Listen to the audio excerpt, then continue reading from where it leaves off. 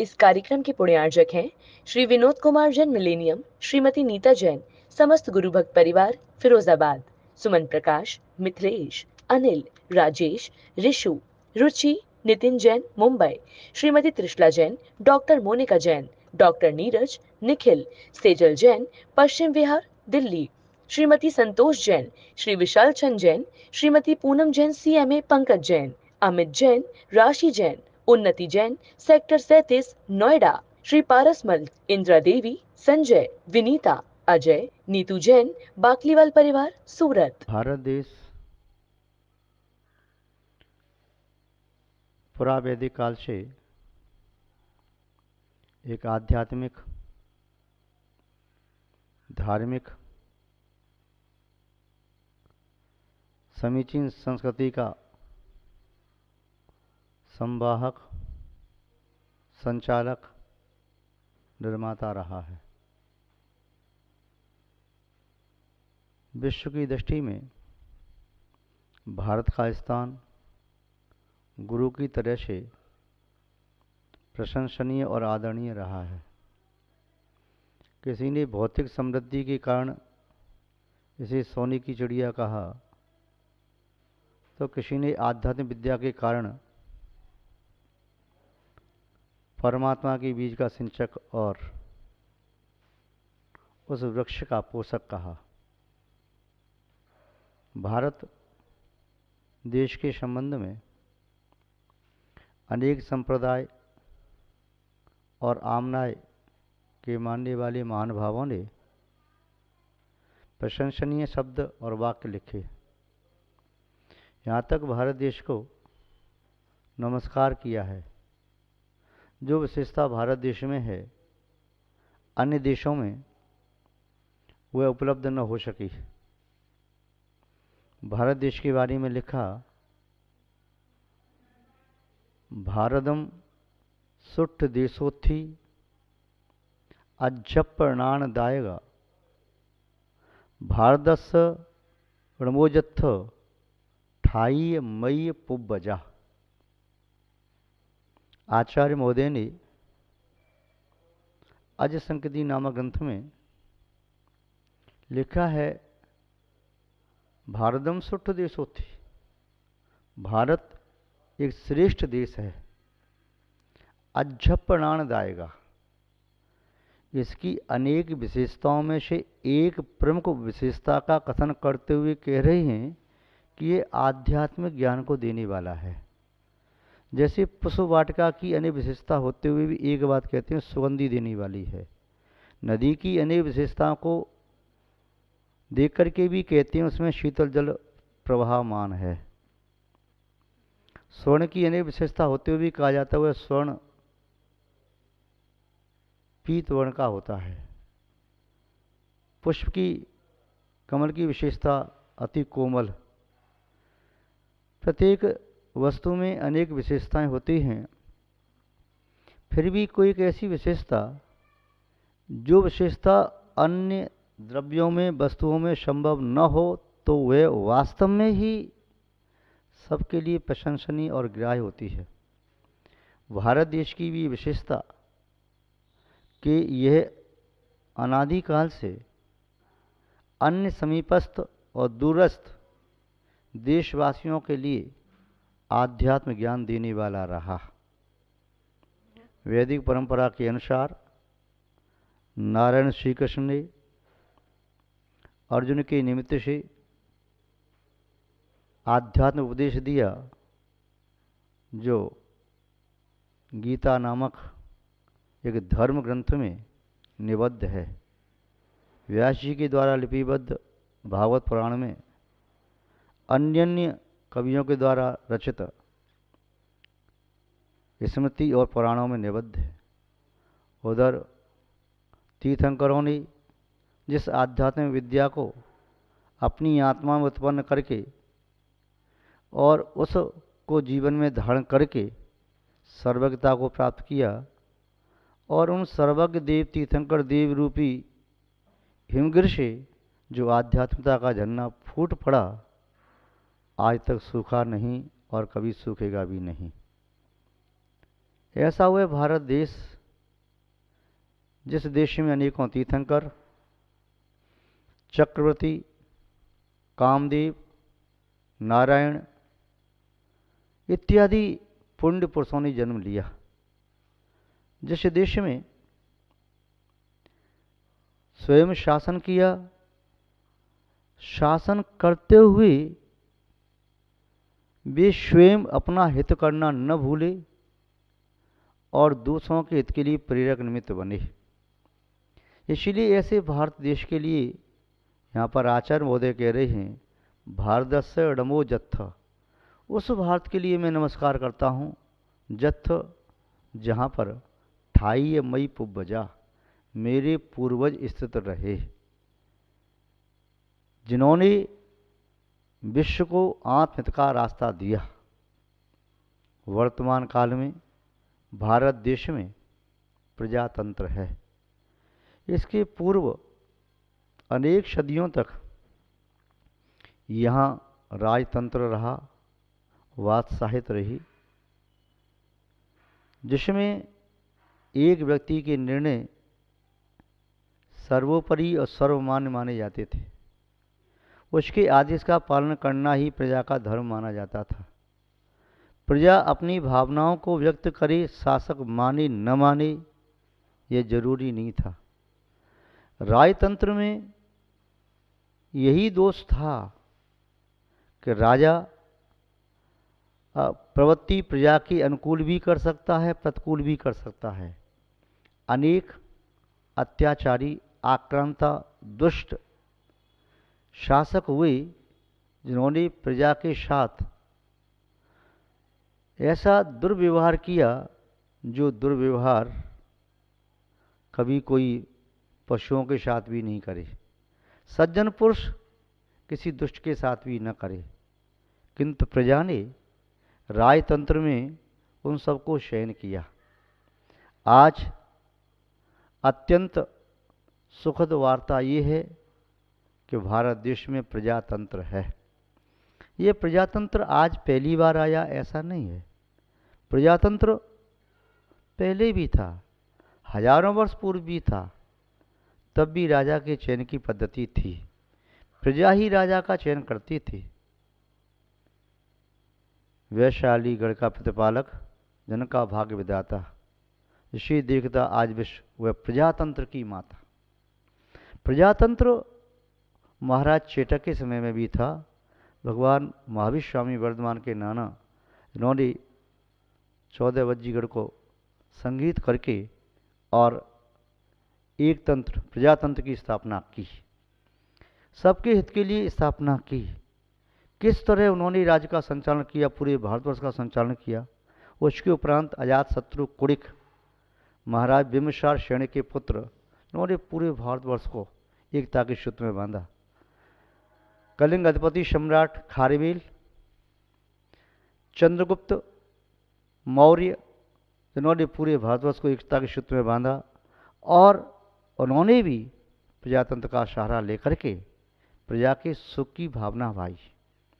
जो प्रजा को अनावश्यक रूप से कष्ट दे रहे थे, अपनी भोग लिप्सा के लिए विलासी जीवन जी रहे थे, प्रजा का सुख दुख उनकी दृष्टि में कुछ भी नहीं था, इसीलिए प्रजातंत्र की आवश्यकता पड़ी। प्रजातंत्र का आशय होता है प्रजा का तंत्र, प्रजा का अनुशासन, प्रजा के द्वारा बनाए गए नियम, कायदा, कानून, संविधान, जिसके तहत प्रजा पर शासन किया जाए। वहाँ राजा का आदेश सर्वोपरि नहीं है। सर्वसम्मति से संविधान बनाया गया, सर्वसम्मति से या बहुमत के आधार से शासक का चयन किया जाता है, वह प्रजातंत्र है। प्रजातंत्र कहो, जनतंत्र कहो, जनता का जनता के द्वारा चयनित विशेष व्यक्ति द्वारा जनता पर अनुशासन कहो, यह डेमोक्रेसी निस्संदेह ये वरदान स्वरूप है किसी भी देश के लिए। Democracy is the government of the people, by the people, for the people. प्रजातंत्र प्रजा के द्वारा बनाई गई एक ऐसी सरकार जो प्रजा के हित के लिए कार्य करे, प्रजा में से ही व्यक्तियों का चयन करे और वह प्रजा ही एक दूसरे को अपने कर्तव्यों का बोध कराए। जिस व्यक्ति में जिस प्रकार की क्षमता है वह अपनी क्षमता का उपयोग स्वपर के हित में कर सके। जिसमें क्षमता है कृषि करने की वह कृषि का कार्य करे, उसे अन्य दूसरों की आवश्यकता है सहयोग की वे सहयोग करें।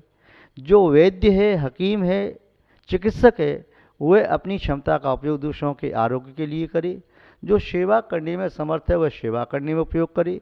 जो व्यवसाय करने में समर्थ है व्यवसाय करने में उपयोग करे। सबका उद्देश्य एक ही हो कि स्वपर का हित हो, स्वपर का कल्याण हो। प्रजा का तंत्र निस्संदेह सदैव वह सुखद होता है। प्रजा को किस समय किस चीज़ की आवश्यकता है इसका अनुभव प्रजा कर सकती है।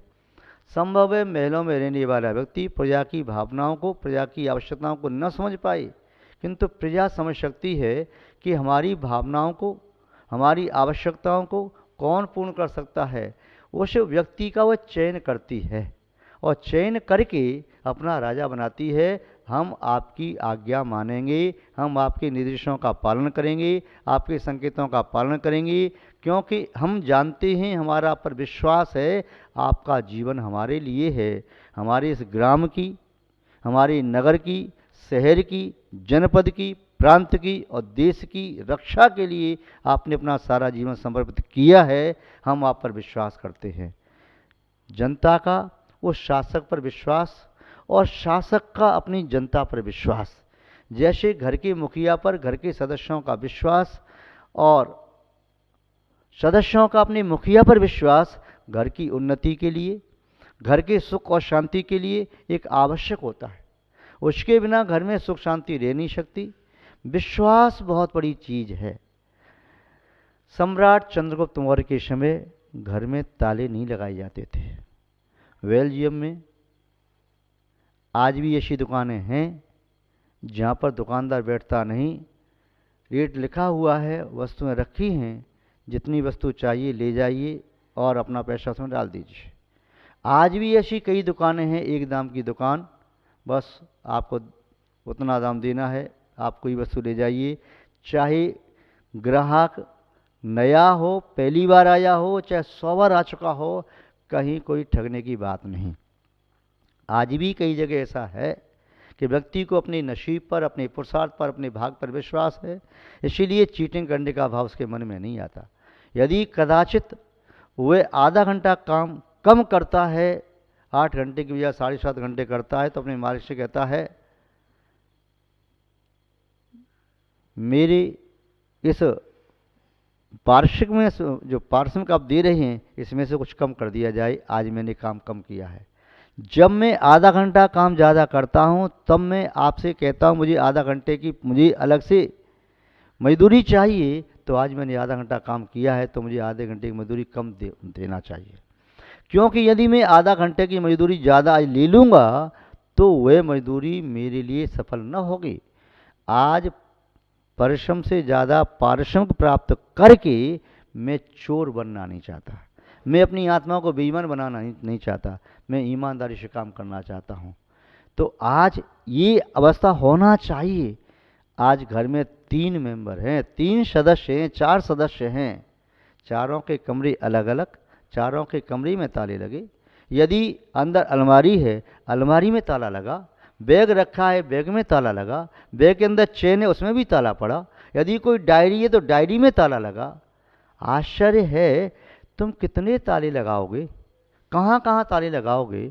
तुम्हें अपने ऊपर भी विश्वास नहीं, अपने परिवार पर विश्वास नहीं, अपने स्वजन हितैषी परिवारजनों पर विश्वास नहीं, कहाँ जा रहे हैं? कहाँ जाना चाहिए? कभी समय हुआ था जब ताले नहीं डाले जाते थे, घर में सब एक साथ रह रहे थे, पूरे नगर में, ग्राम में, मोहल्ले में एक साथ रह रहे, घर के किवाड़ भी नहीं लगाए जाते थे। एक समय हुआ था लोग चौपाल पर खुले में सो रहे हैं, घर के द्वार खुले हैं, कोई बात नहीं, कहीं किसी चोरी के भाव किसी के मन में आता नहीं, कहीं किसी को रोग हो, परेशानी हो, दुख हो, सब मोहल्ले वाले मिलकर के पहुंचते थे उसके पास, उसके दुख दर्द को दूर करने की कोशिश करते। पहले समय वह था कि एक अननोन व्यक्ति भी पथिक वहाँ से निकलता हुआ जा रहा हो तो गांव वाले उससे पूछताछ करते, उसकी परेशानी को दूर करते। वह अनजान व्यक्ति, अपरिचित व्यक्ति भी यदि रास्ते में मिल जाए तो दूसरे के दुख को दूर करने के लिए अपने कार्यक्रमों को स्थगित कर देता। मैं बाद में चला जाऊंगा, ये मरता हुआ व्यक्ति मैं छोड़ नहीं सकता, ये डूबता हुआ व्यक्ति मुझे बचाना मेरा धर्म है, गाड़ी छूट जाए कोई बात नहीं, ये रेल की पट्टी की ओर दौड़ती हुई महिला अपने प्राणों को देना चाहती, मैं इसके प्राण बचाऊंगा, और अपनी जान हथेली पर रख करके प्राण बचाने को तैयार रहते। प्रजातंत्र का आशय आज भी हमें यही समझना है कि हम सबको मिलकर के राष्ट्र की उन्नति करना है। मैं राष्ट्र की उन्नति करूंगा, मैं देश की सेवा करूंगा, ये मैं शब्द को एक किनारे रख देना चाहिए और हम शब्द का प्रयोग करना चाहिए। हम देश के लिए अच्छा करेंगे, हम देश की उन्नति में कार्य करेंगे, देश के लिए समर्पित रहेंगे। प्रत्येक व्यक्ति एक दूसरे के प्रति समर्पित रहे। 130 करोड़ में से ये नहीं सोचना कि मैं अकेला एक हूँ, एक नहीं। बूंद यदि जब एक हो जाएगी तो सूर्य की कोई भी किरण उसे सुखा देगी, और बूंद जब मिलकर के एक समुद्र बन जाएगी तो समुद्र को कोई भी सूर्य सुखा नहीं सकता। यदि हम और आप मिलकर के लगभग भारतवर्ष में 130 करोड़ के लगभग हैं तो कोई भी प्रतिकूलता हमारे देश को हिला नहीं सकती, झुका नहीं सकती। और यदि हम आपस में बिखर गए तब हम एक दूसरे की रक्षा करने में, अपनी रक्षा करने में भी समर्थ न हो सकेंगे। आज आवश्यकता है पुनः एक साथ मिलकर के, जैसे किसी की खेत की रक्षा करने के लिए बाढ़ खड़ी होती है और वह पेड़ ये आपस में जुड़े हुए होते हैं तो कोई पशु उस वो खेत के अंदर आ नहीं पाता। कांटे वाले पेड़ दूसरों के लिए कांटे का काम करते हैं, किंतु वही कांटे खेत की रक्षा का काम करते हैं। यदि भारतवर्ष में कोई व्यक्ति आपको लगता है ये ठीक नहीं है, वह ठीक नहीं है, किंतु वह भी ठीक है जो शत्रु से आपकी रक्षा कर रहा है। वह दूसरे के लिए ठीक नहीं है किंतु देश के लिए ठीक है। महानुभाव, एक इंद्रिय वृक्ष भी अपनी सेवा देता है, अपने पुष्प देता है, अपने फल देता है, छाया देता है, पत्र देता है, लकड़ी देता है। कोई लोभ नहीं, कोई स्वार्थ नहीं, कोई बदले की भावना नहीं। ऐसे ही हम भारतीय नागरिकों को भी, पूरे विश्व को भी एक दूसरे के प्रति हित की भावना रखें। प्रत्येक भारतीय नागरिक इस प्रजातंत्र में सहयोगी बने। जैसे प्रजातंत्र के माध्यम से पूरे देश में सुरक्षा के लिए सुरक्षाकर्मी, सेवा के लिए सेवाकर्मी, अन्य अन्य सेवाओं के लिए सभी के कार्य नियुक्त किए गए हैं। सब अपने कार्य का निष्ठा से पालन करना चाहिए। हमें और आपको भी बिना किसी शिकायत के, बिना किसी के दोष देखे हुए अपने कर्तव्य का पालन निष्ठा से करें, ईमानदारी से करें। और जब हम ईमानदार बन जाएंगे पूरा देश, पूरा राष्ट्र ईमानदार हो जाएगा। और यदि हम चाहें कि मैं बेईमानी करता रहूं, पूरा देश ईमानदार हो, यह संभव नहीं है। प्रजातंत्र में प्रत्येक इकाई का महत्व बराबर होता है और प्रत्येक इकाई का महत्वपूर्ण स्थान होता है।